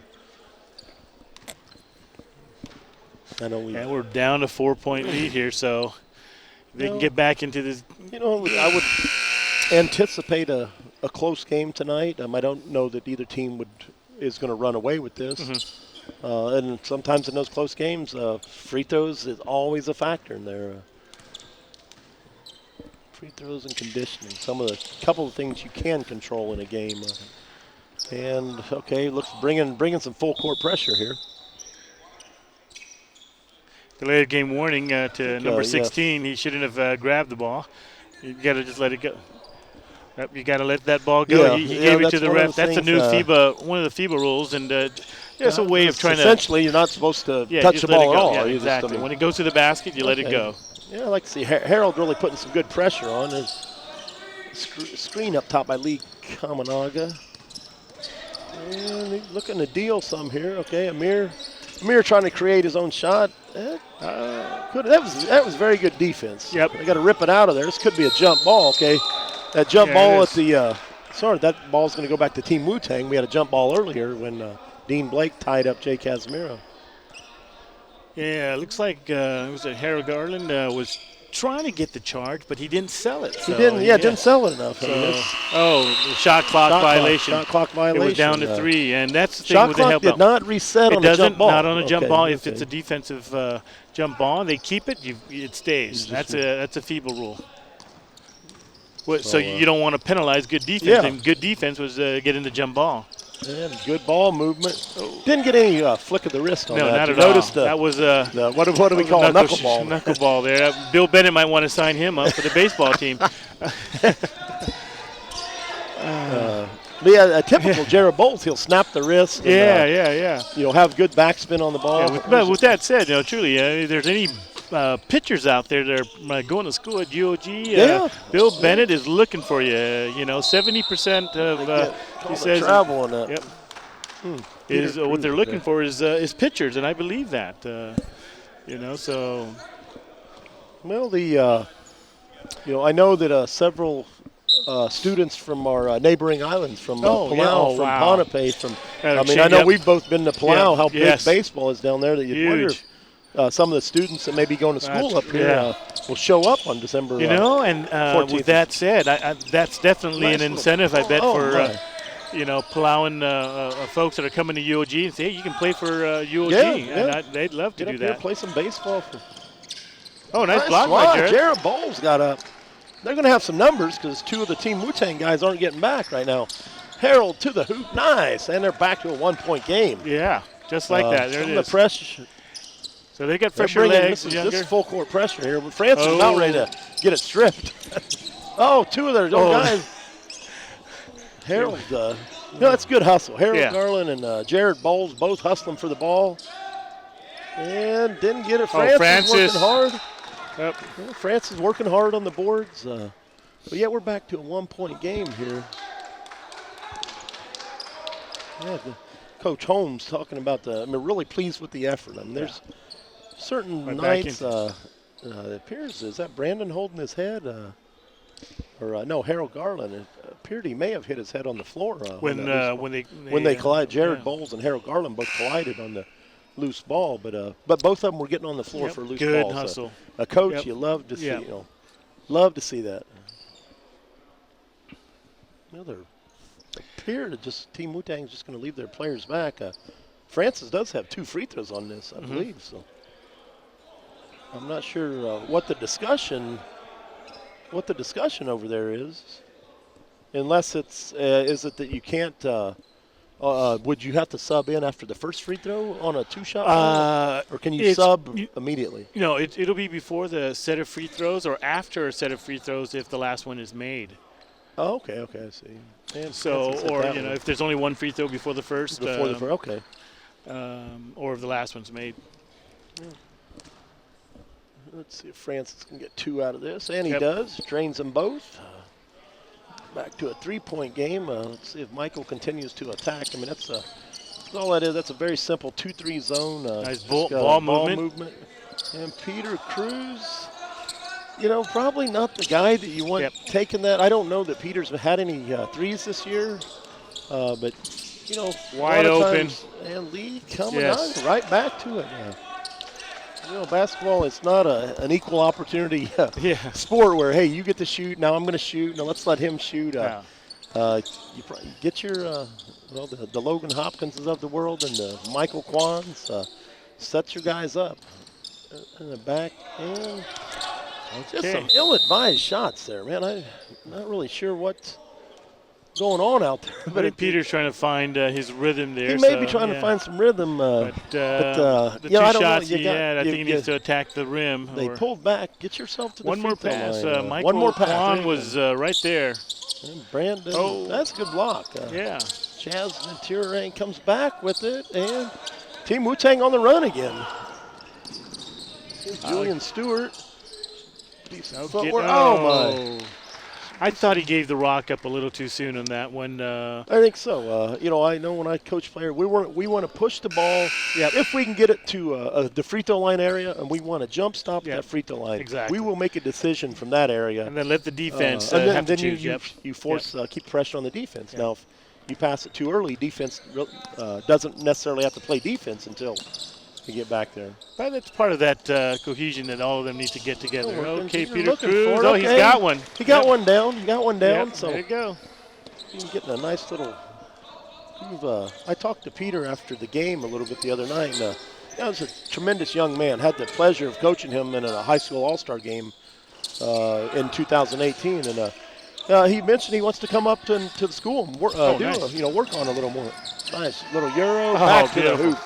Beautiful footwork by Michael Kwan. Back to the 1-point game. You love Julian those Stewart where players are always wanting to work hard. Team Wu-Tang may want to slow it down a little. You got Michael coming back. Michael. And didn't get that one down. Which way are we going? White ball? Staying there, yeah. I think I'll stay here? Okay. Yep.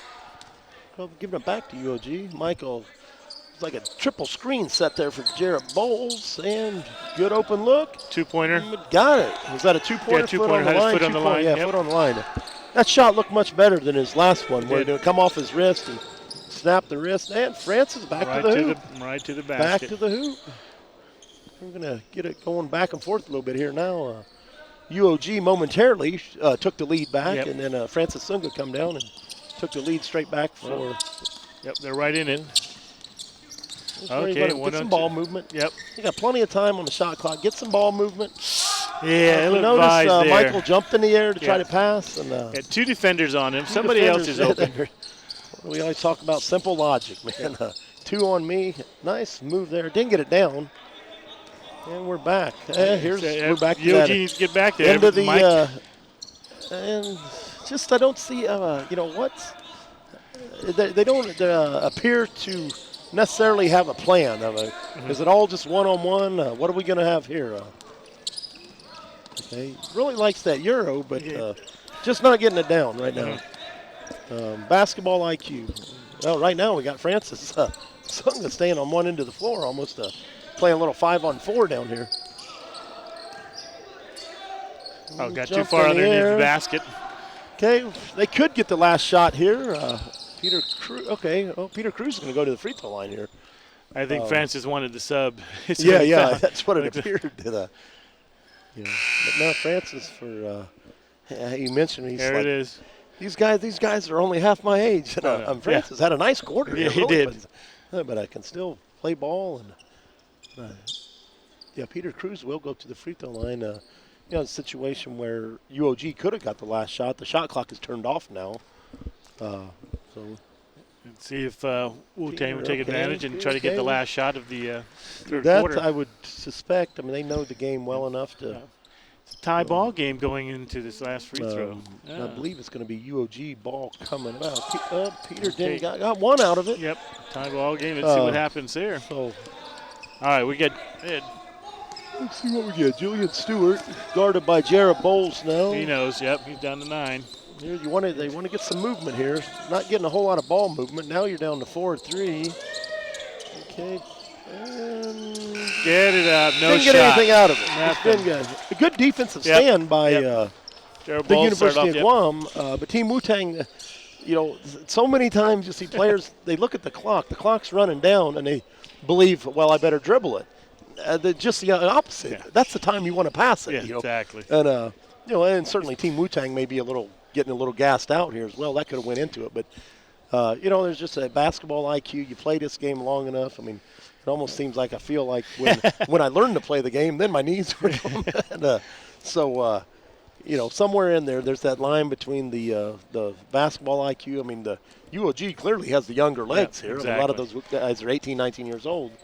But the ball IQ, that takes the time to develop. Well, they had a lot of energy in this third quarter, so they did. That got them back into the game. So cut a 8-point deficit back to their tied up now. I really liked. I think Coach Holmes made an effort. I noticed they put a lot of full court pressure on that. They did. Got several traps, got some steals. And then just some ill-advised, 1-on-4 on a fast break. I mean that's where you say, I don't have the numbers. Pull it back out. Pull it back out. Wait for the cavalry to come on in. And if you got to play, let's get into our playbook. Okay, let's run our sets. Let's see if they can keep that momentum going, though, going into the fourth quarter.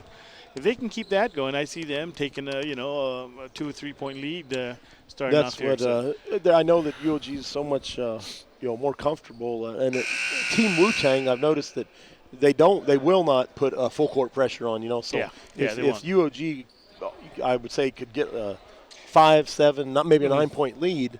At that point, I don't think Wu-Tang's going to have the energy to go full court, where, hey, we got to get the ball back. So they had Jay Casimiro coming back into the game. I was waiting for him to come back into the game because he's one of those guys who can kind of control the boards. He will. Yeah. I mean, that's one of your high IQ guys. And they're back. Peter Cruz is going to get a little run here, getting some minutes tonight. And certainly, Michael Kwan had a big third quarter for the University of Guam. Back into the lane. Out. Didn't get the roll. Oh, he had the rebound. Struggling on it in. Let's see, Michael did save it. Someone help him. Help him out. Okay. They got a new shot clock here. Okay. Harold got a kick out. Okay, nice. Good move. Oh, Peter Cruz nice. back to the free throw line.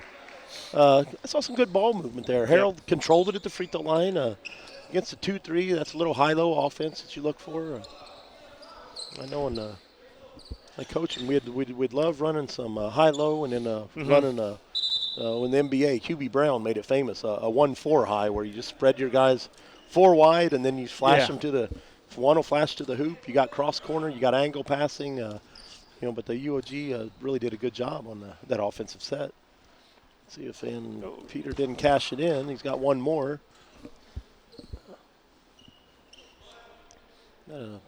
Peter Cruz putting together a little bit of a game tonight. He's got more minutes tonight than what he usually gets. And he missed both. Didn't get it. I'll tell him if I see Peter in the gym this weekend, I know what we're going to work on. What's happening on that? He brings the ball is coming back a little bit far over his head. So many. Oh, nice move. Nice finish by Amir. Amir. Spun that in. Putting the English off the glass there.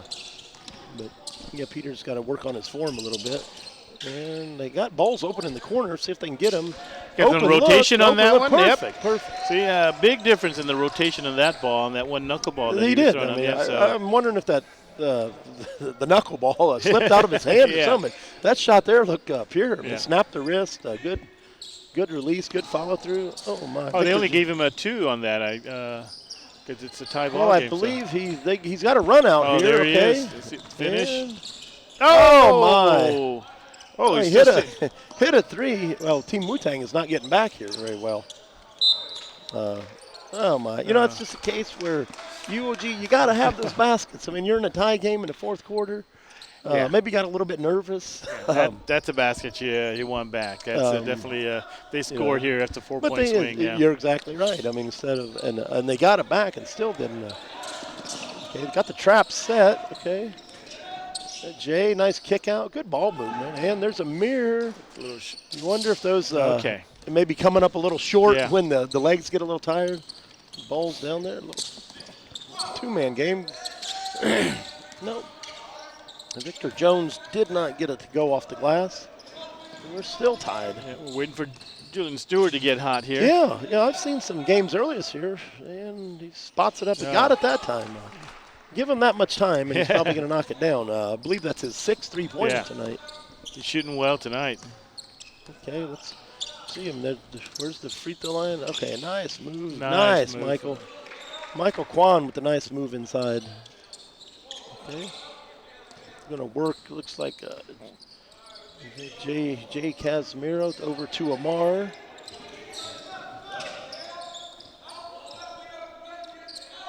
A little pressure.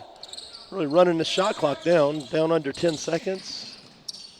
See, he's down to 5. Looks like Julian going to take it himself. That's his first shot. That's his first shot. Yeah, buries the 3. As I was saying earlier, I'm wondering when he's going to turn it on, and here it is. When's he going to turn it?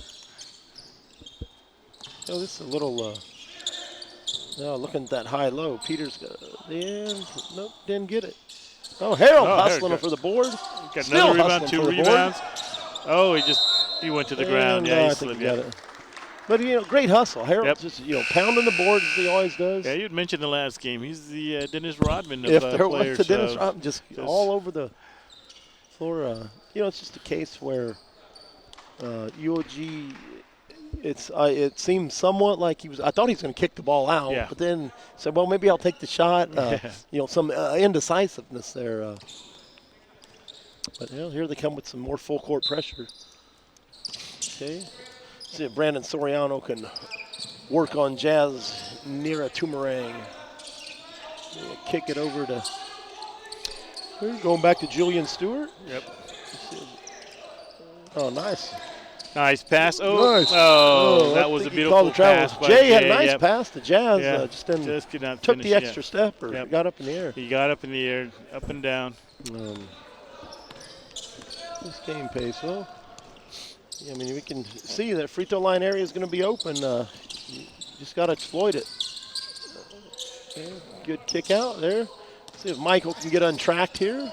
And nice little floater. Really perfected that Euro step. Uses it very effectively. And Bowles coming. Full court presser. Jared Bowles got a hand on it. And here comes Stewart going to the hoop. Didn't get it to go. Should have some numbers here. Michael pushes it up. And we're down to, this game's really sailing along. We're down to 6 minutes. Brandon Soriano with the 3, and UOG back in the lead. They're right there. There they come. They're going to bring the pressure. Yep, they're manning up full court now. They got another one. And they got this down. Let's see if he can. Harold's got to follow this. Follow Harold. Okay, good. Okay, more pressure. Yeah, you got a timeout. Smart timeout. Get the timeout. That 3-point lead I was talking about, we're right there. There you go. Up 3 dictate a lot of that with their pressure defense. They did. Come up, as we can see, Coach Holmes, he was just waiting for that full court press for the fourth quarter. Pressure. Then he just changed it up in the fourth quarter. Change the pace up when your opponent gets a little bit tired. Maybe you notice a few of them maybe starting to walk back on defense. We know Julian Stewart's fresh. He has fresh legs, but the rest of them. Some of them have played nearly the whole game. A few other guys. But although they do have 8 here, it was 6 at the start of the game. Then they got the 7th guy got a uniform, and then Julian Stewart showed up. So, they're hanging in there. Take care of the priorities at home, and work if he's just getting off of work as well. Well, and obviously a player the caliber of Coach Dana Holmes can certainly still play the game at a high level. Might be a dangerous team in the playoffs if in that 3 plays 6 and 4 plays 5 Team Wu-Tang sitting in 5th place right now. A very good possibility they may end up playing a team like 4 Stars or FSAG. Yes, that's correct. And And that'll be a good team. With Holmes, with the coach in, that makes this team a whole lot stronger as well. So as long as they're not playing against UOG, they'd be fine. Well, if UOG can go on to take this, they'll be sitting there with 4 wins, and they would even their record up at 4-4, which would put them into 3rd place in the league. Yeah, I can see them pulling this game off. They just keep their heads in the game here. So yeah, I really like the defensive pressure. Harold Garland putting a lot of pressure on Julian Stewart now. Francis looking to get to the hoop. Did he get it? No. They got a runner. If they get the ball, let him go. Didn't quite see him. Didn't see him. Head was down on that. So let's see if Michael not wanting to stare. Jared Bowles way out. Got it down. That was NBA 3. NBA. I mean, he's out there 24, 25 6-point feet. lead by UOG now. And Brandon, no, it didn't get nice that one. pass. That was a very nice pass. Very nice. Julian Stewart. I mean, that's Julian a smart over player. To Amir Koziev. And here's where you don't want to got Jared Bowles on a kick out. I've often said, I mean, you got a guy that just hit a 3. Let him touch the ball. Get it back to him. But Michael taking the ball to the hoop very effectively. That's probably not the guy. Francis is kind of lowering his head down. Yep, they're turning it over. Good defense by Dean Blake. That was excellent defense, and Francis is probably not the guy you want handling the ball. I'd rather have him down the court. Yeah. He's got a little hitch in his giddy up there. He's kind of limping a little. He's had over the years. Francis has had a few knee injuries. I see. With Michael, see if he's gonna. Double team. Get it to somebody. Double. Is on the line. You're almost yelling, double team. Get it away. Yeah, we're trying to tell him to give up the ball there. Somebody else is open. Here he is, Francis. He's tightening up a little bit. Well, they're still bringing the pressure. Oh, and they got it. They got the turnover. All sorts of surprises. Noah Bloss into the game he hadn't played the second half. Let's see if they run their little double. Oh, my. Jared Bowles again. No, didn't get it, and they're going to have a runner. There's Harold running him down. Let's see if Noah can get it in there. No, didn't get it to go. I'll give Bloss. He's hustling, huh? He's hustling. There's some energy. Well, and they need. Man, Bowles is. Okay, smart. Doesn't seem like he wants to take it. Brandon, sorry. Okay. Give Brandon a shot. They've hit the last 3 threes. They've got a 9-point lead now. So, nice full pressure. Man, they just beat the shot clock. They did. One of the things with the 8-second rule when you're. And nope. I think that they may be somewhat gassed out. Yeah. France is still fighting for that board. Looks like stepped on the line. Really, with his knee, they better get a sub in for Francis soon. Yeah. I saw that a little earlier. He was kind of limping, and so the limp's gotten a little bigger. Well, it seemed like only 3 or 4 minutes ago I looked up that scoreboard. It was 70-66, and they must have went on a 15-2 run very quickly. There, a lot of that was from the defense. Yeah, several steals. A lot of turnovers on the full court, and they never got it over the half-court line. Earlier in the game we talked about when would he keep bringing the pressure. Yes. Kind of started off the game just going back, playing some half-court man, and then started bringing it up a little three-quarters, and now this is full court man-to-man pressure. And 3.5 minutes, 9-point lead. So they're going to need to try to control that ball and get Stewart to handle the rock and try to get the open player with a good shot. That's where the strength in numbers comes into play, where all those minutes in the first half when Justin Demla come and give him a few minutes, Isaac Snively give him a few minutes. We saw Peter Cruz has played, so they can kind of divvy up the minutes. Yep. So now you're down 3 to 4 minutes going the game. UOG looks pretty fresh, man. I mean, they just keep making the right passes and a great shot. You can't ask for more. They've done a much taking the right shot. Much better job knocking down. Brandon Soriano's hit a couple threes tonight. I'm sure I'm sure he's in double figures now. The guys like Harold Garland and Dean Blake playing their roles. I'm going to get Brandon to run off this double screen here. Oh, Dean right in the middle. Dean just flashed to the ball. Okay. There's so many options off those inbounds plays. One more they're talking about. One more pass. A lot of time. Okay. Hey, you notice now they're there. It's a good possession. Yep. Okay, Brandon Soren hit. And a shot. He hit 2 in a row. Yeah. He just hit one. Get it back to him. Ball movement, just loosening up that defense. And then Coach we got full Holmes court was mentioning earlier. Defense, full court. See, they get it Did they across. get it? Oh, yeah, no, they did get it. They got a steal. This could turn into a 20-point game here real All quickly. Right. He was telling me that some of the frustrating thing, he said, I see possessions like we just watched where that ball was moving, wide open shot, a guy maybe passed up a shot to get a better shot. And he said, in my mind I'm thinking, let's do that every time. Exactly. But when you're dealing with these young guys, it's there'll be great possessions, and there's possessions where he said, I just shake my head and say, why didn't we do it again? That's all part of the learning process. Brandon Soriano with the last 7 points for UOG, 2 threes and a free throw here, and he's on a nice little groove right now. This routine, nice looking shot. Nice. Last 8 points in a row, and this is a 14-point lead now. Oh, my. Dean Blake almost stole the inbounds pass. He just touched the line. Noah Bloss can. Well, now he can't. Now he can't run the baseline. No, he can't. He could have run the baseline. Yeah, he didn't move. But on an out of bounds now, he can't move.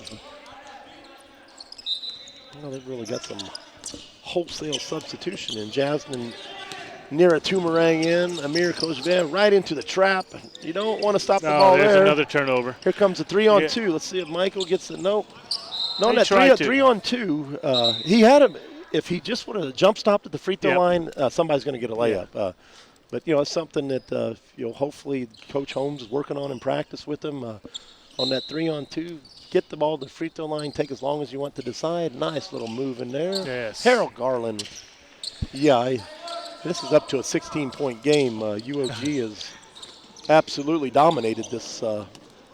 Garland's putting a lot of pressure on Julian Stewart. And he's coming from behind. I thought Harold was going to get that steal. But at this point, you're almost Noah Bloss. Straight up and down. That's good defense. Brandon again with a run out.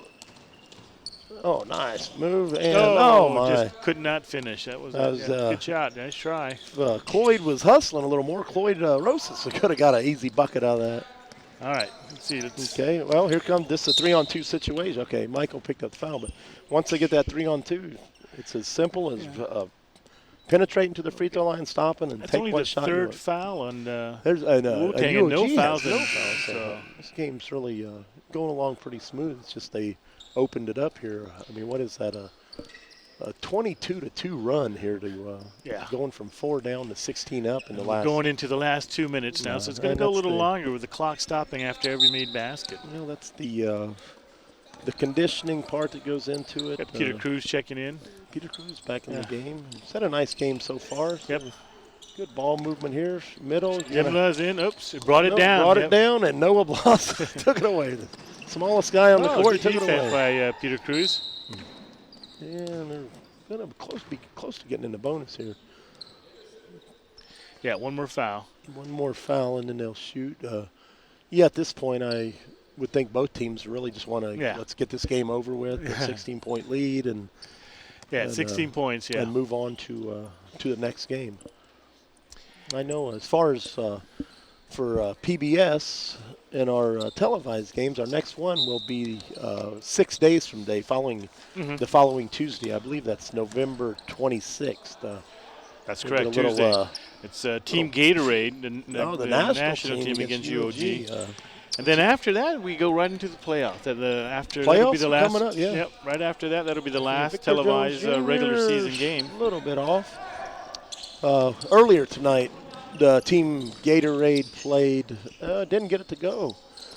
Team Gatorade played 4 stars, I believe, and had no trouble with them, as you might expect. It was certainly good to see Joe Bloss back in uniform. Back, yes. Darren Hechanova, another starting guard on the national team, nursing an injury, so he was down. But it's definitely good to see Joe Bloss come back to Guam. We're getting ready for in February the Asia Cup. We got Australia and Hong Kong coming in. So absolutely, Joe with all the experience he brings, played a year of professional ball in New Zealand as well.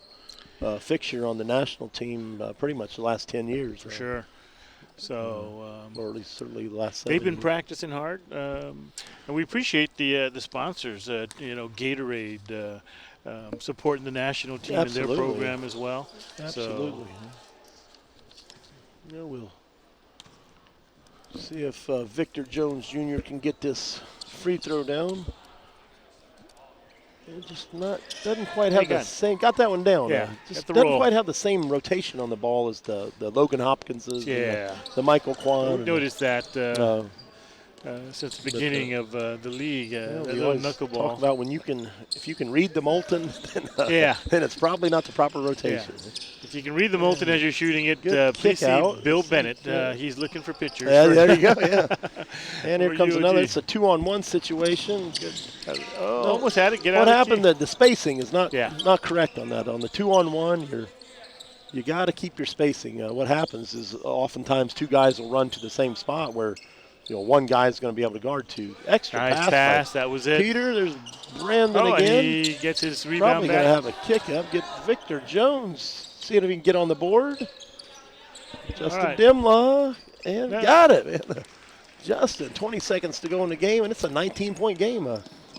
I don't remember I want to say it was 70-66, about 7 minutes to go, and they've closed the game out. 2 points. 2 points. That looks like it's going to be our final. 91-72. It was the intense defense that kicked in there. So, absolutely. Over that last 7 minutes of the game, and get it to go. And that'll do it. UOG put their record back to 4-4 now.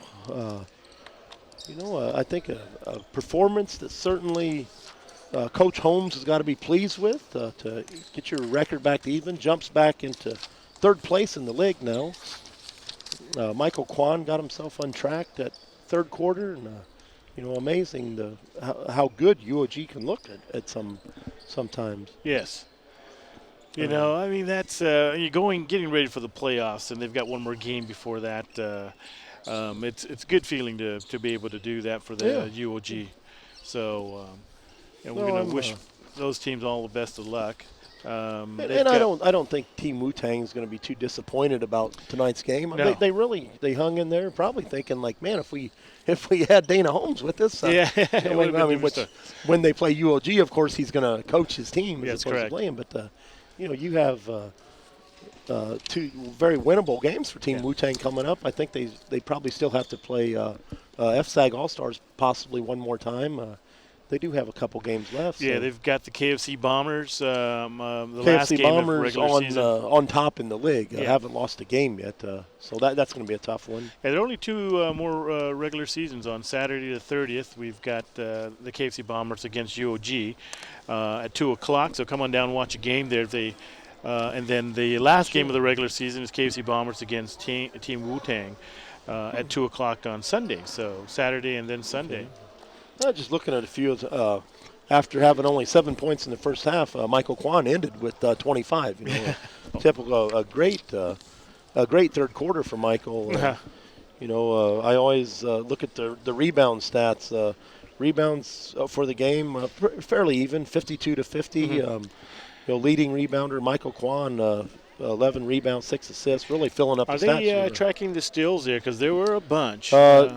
They have 17. UOG had 17 steals tonight, and I would bet half of them come in the fourth quarter where they really started. That's really where the defense. But you start looking at turnover stats where Team Wu-Tang had 27 turnovers tonight, as opposed to 19 for UOG. And, those are just extra possessions you're going to get.